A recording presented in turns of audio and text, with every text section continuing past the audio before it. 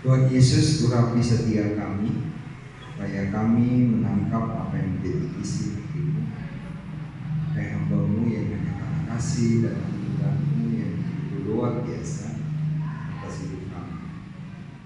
Urapi Tuhan, biar hamba-Mu menyampaikan isi hatimu sesuai dengan apa yang menjadi kerinduan-Mu bagi setiap anak-anak-Mu kelas 7 dan 8 di SMP Segerani Negeri. Dalam nama Yesus yang berdoa. Haleluya. Amin. Ya, hari ini kita mau belajar dari Matius pasalnya yang ke-25. Matius pasal yang ke-25 ayatnya yang ke-14 sampai ayat yang ke-14 sampai ayat yang ke-30. Oke? Baca bergantian. Dimulai dari yang perempuan dulu. Dah? Oke. 1, 2, 3.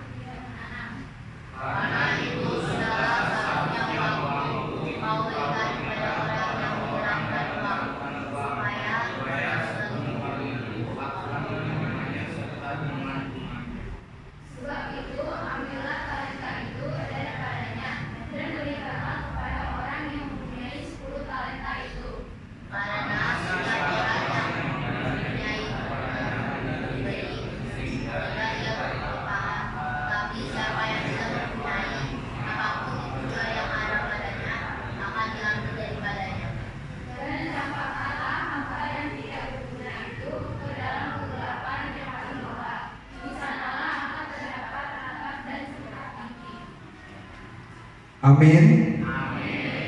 Ya. Kita belajar hari ini tentang apa? Siapa yang tahu talenta? Hah? Talenta itu adalah mata uang. Mata uang di mana? Di Israel.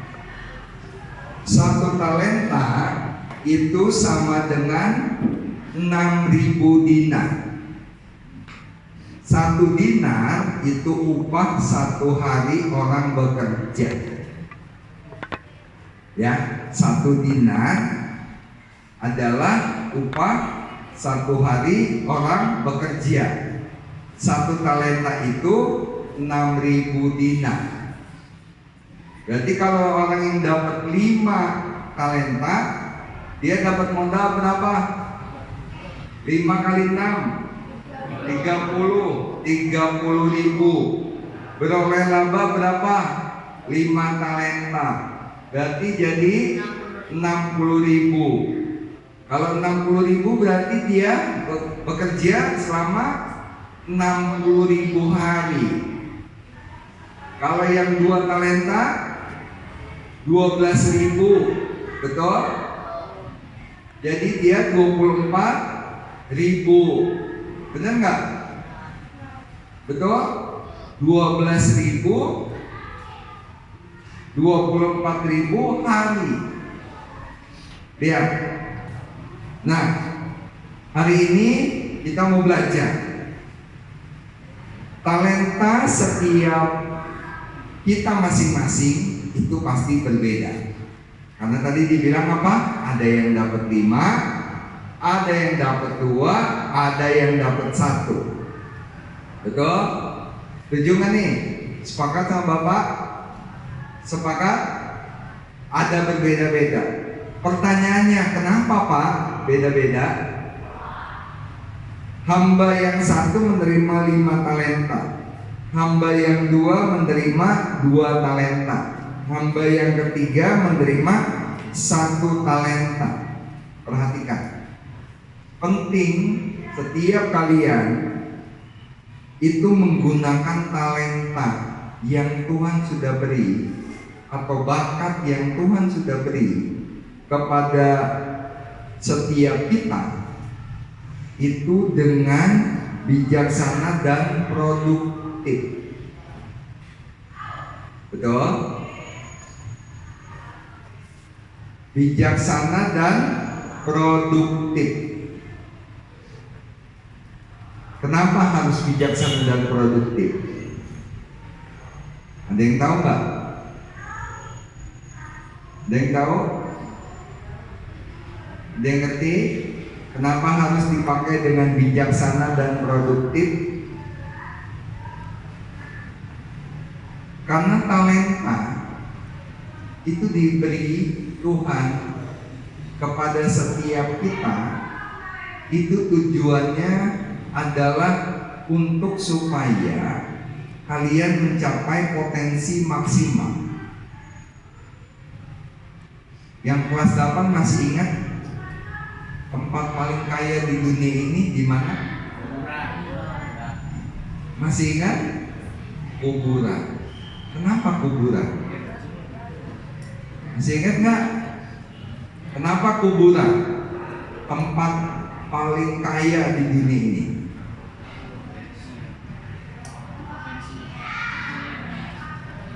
Kelas 7 boleh jawab, kenapa juga kuburan? Ayo, masih ingat nggak kelas 8? Kenapa? Kenapa? Apa jawabannya?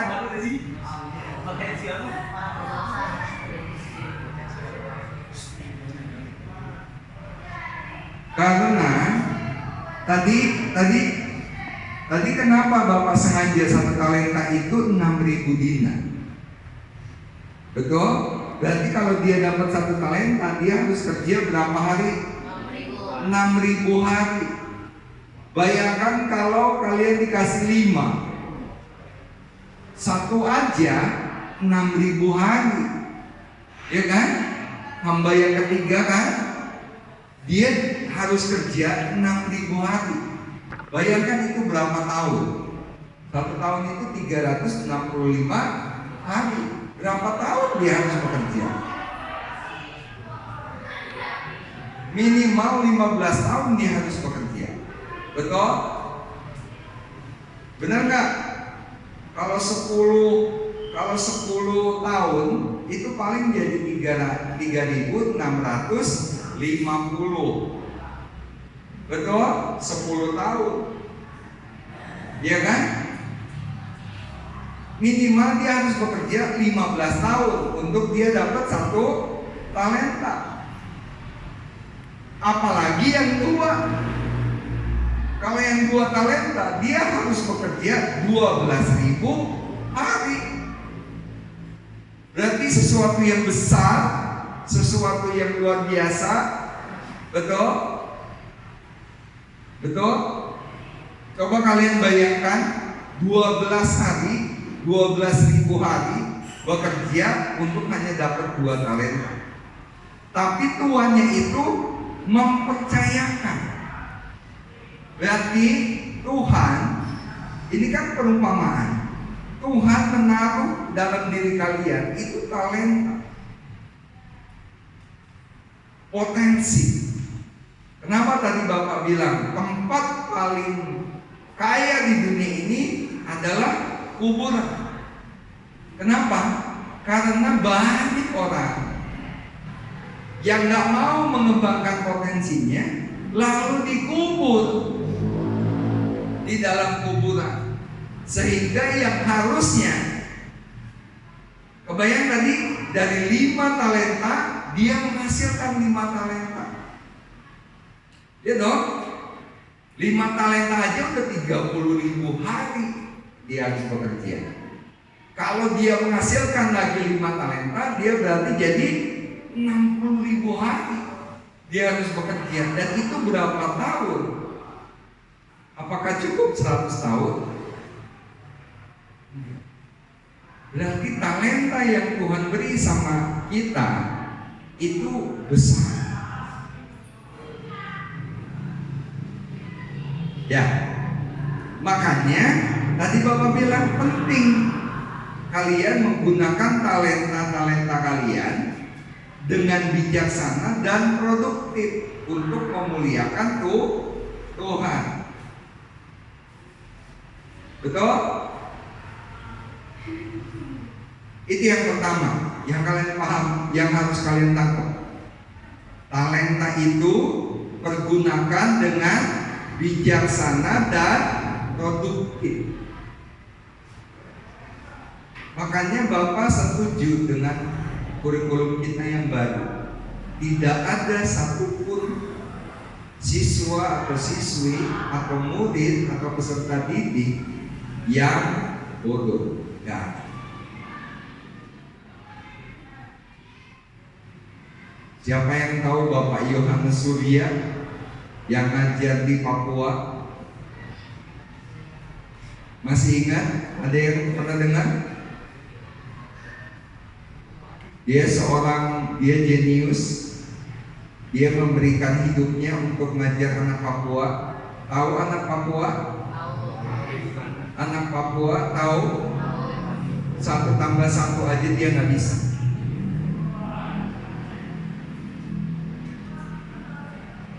Sebelum Bapak dulu kuliah, sebelum Bapak lulus kuliah di Bandung, Bapak praktek di Cisarua. Ada namanya Lembah Hijau di daerah Puncak. Di situ ada sebuah tempat pelatihan gitu. Lalu dia di tempat itu mau ada persekutuan. Nah, anak-anak Papua dibawa untuk dilatih di situ. Lalu guru matematikanya bilang gini, "Pak, ngajar anak Papua itu stres tingkat tinggi." Kenapa? Karena 1 tambah 1 aja nggak tahu. Mungkin baca mereka harus dieja juga. B aba, B tubuh. abu-abu, kan gampang ya. Bagi mereka, apa ini Bapak? Apa ini? Apa ini Bapak? Dia kan panggilnya Bapak, atau kalau ibu-ibu dia panggilnya Mama. Apa ini Mama? Apa ini Bapak? Oh ini nah, ini begini. Begitu? Nah, Pak Yohanes Surya, bayangkan. Lalu orang bertanya-tanya, dia diberi waktu berapa tahun untuk melatih anak Papua. Sekarang anak binaan dia itu sanggup untuk mengalahkan dalam Olimpiade Matematika, menjadi juara yang tadinya dia nggak tahu. Tahu teorinya seperti apa? Teorinya cuma satu. Bapak mau nanya sama kalian, kalau kalian menghadapi tembok tingginya 25 meter, oke? Atau jangan tinggi-tinggi lah, 10 meter, tingginya 10 meter. Siapa yang sanggup untuk memanjat tembok itu 10 meter? Ada yang sanggup gak? Ada yang sanggup? Betul? Gak ada yang sanggup? Bagaimana kalau kasusnya seperti ini?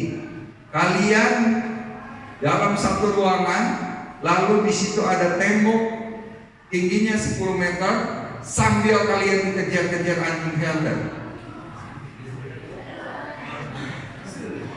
dan kalian nggak bisa lari kemana-mana selain harus manjat tembok itu. Bagaimana caranya? Mau pasrah aja? Siapa yang mau pasrah? Ayo. Tadi kan katanya nggak ada yang sanggup kan manjat 10 meter, tapi bayangkan kalian dikejar-kejar anjing, anjingnya anjing herder yang tingginya kayak kuda.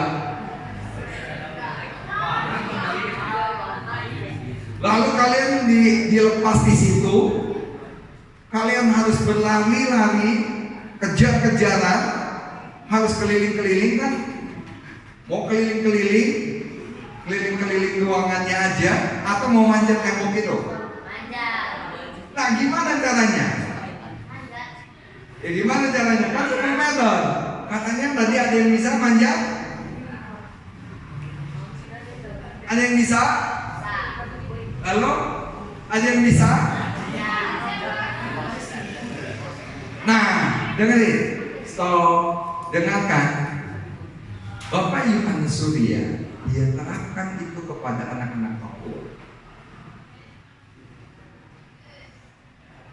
Dia punya 2 prinsip. Yang pertama, pikirkan ketika kalian belajar, pikirkan siapa tahu besok kalian sudah dipanggil Tuhan. Yang kedua, kalau besok kalian belum dipanggil Tuhan, berarti kalian bisa punya kesempatan 1000 tahun lagi.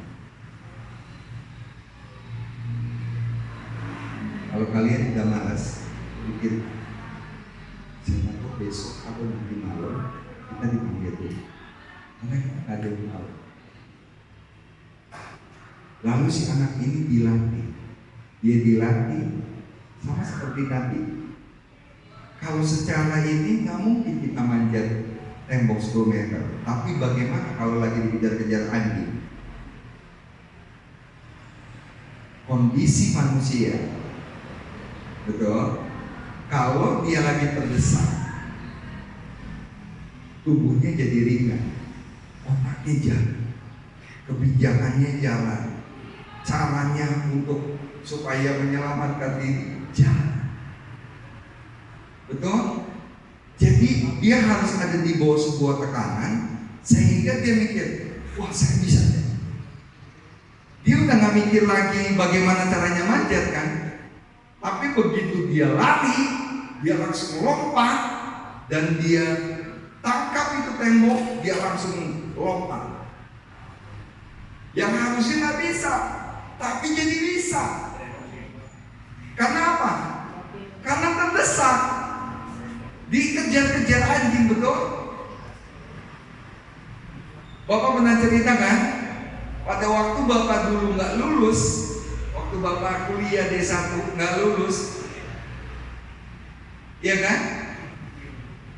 Apa yang terjadi? Bapak udah stres, bener nggak? Pernah kan Bapak cerita? Bapak stres. Bagaimana saya? Masa depan saya gimana? Sehingga pada waktu itu cuma Bapak cuma ingat satu, datang ke gereja, nangis sama Tuhan.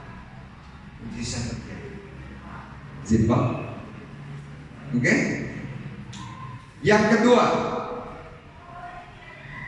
Allah memberikan talenta kepada setiap orang sesuai dengan kemampuan mereka masing-masing. Kalian satu dengan yang lain itu unik, bukan berbeda ya, tapi unik. Unik itu artinya gini, rumah ini nggak bisa berdiri kalau nggak ada batu, kalau nggak ada semen, kalau nggak ada pasir, kalau nggak ada air, betul? Dan kalau nggak ada kaca, nggak ada listrik, semua unik, betul? Ya, jadi setiap kalian nih punya tanggung jawab. Tapi hal yang harus kalian pahami itu bukan buat membanding-bandingkan diri. Yang dapat, yang talentanya lebih banyak, yang dapat 5 bilang, apaan? Kamu kan cuma 2, aku 25. Terus apalagi yang 1, ya cuma 1. Tidak boleh. Bukan buat membanding-bandingkan diri. Ya.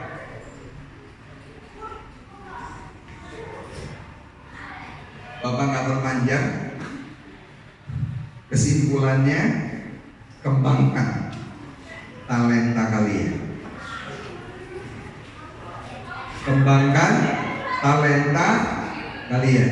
Kembangkan talenta kita. Jadi dampak.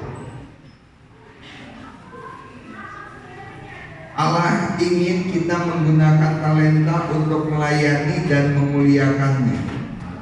Perbedaan dalam jumlah talenta mengajarkan bahwa setiap orang menerima berkat dan talenta yang berbeda dari Tuhan. Tidak semua orang menerima hal yang sama, tetapi perhatikan, tetapi setiap orang dipanggil untuk setia dan bijaksana dalam menggunakan apa yang mereka miliki, apa yang kalian miliki.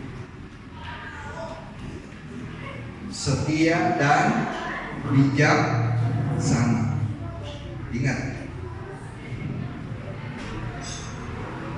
pepatah Cina bilang, kesempatan itu, kesempatan itu kayak garis lurus.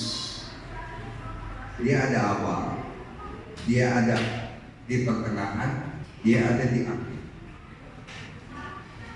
Oke? Lihat kakak kelas kalian, kelas 9. 3 tahun dari semenjak COVID, betul? Mengalami di rumah. Tapi begitu minggu lalu selesai mereka ujian akhir sekolah atau ujian sekolah, mungkin kalau ditanya sama kakak-kakak kelas kalian, apa yang paling membahagiakan? Yang membahagiakan itu bukan berarti bahwa mereka stop belajar di SMP Granada, tapi yang membahagiakan adalah apa? Karena kalau mereka berkaca sama diri sendiri, mereka bisa melewati semua dengan baik, Nama Tuhan dipermuliakan.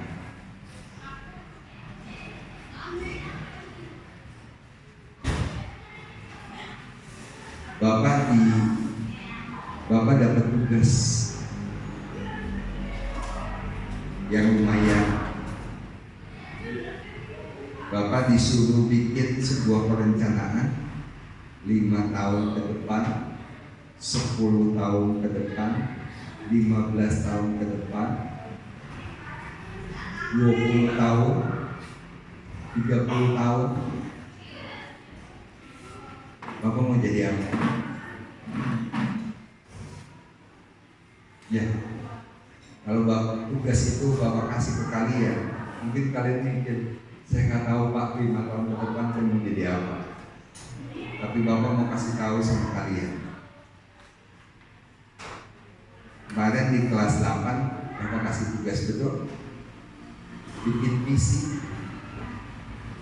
setia. Nanti siap-siap kelas 7 kalau naik kelas 8 Bapak mau terapkan. Begitu kalian kelas 7 naik kelas 8, nanti Bapak mau terapkan. Dalam 1 tahun, selama kita belajar, dalam 1 tahun, ketika kalian kelas 8 sampai nanti naik kelas 9, yang kelas 9 juga sama. Di awal pelajaran, Bapak mau kalian bikin sebuah perencanaan dan kita buat kesepakatan kelas. Apakah 1 tahun itu kalian sudah mencapai ini? Supaya kalian punya target. 1 tahun ini saya harus dapat apa? 1 tahun ini saya mau belajar apa? Dari materi yang udah ada.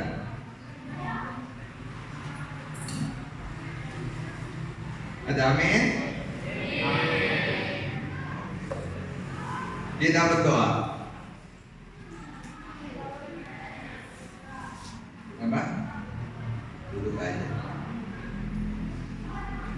Berdiri deh.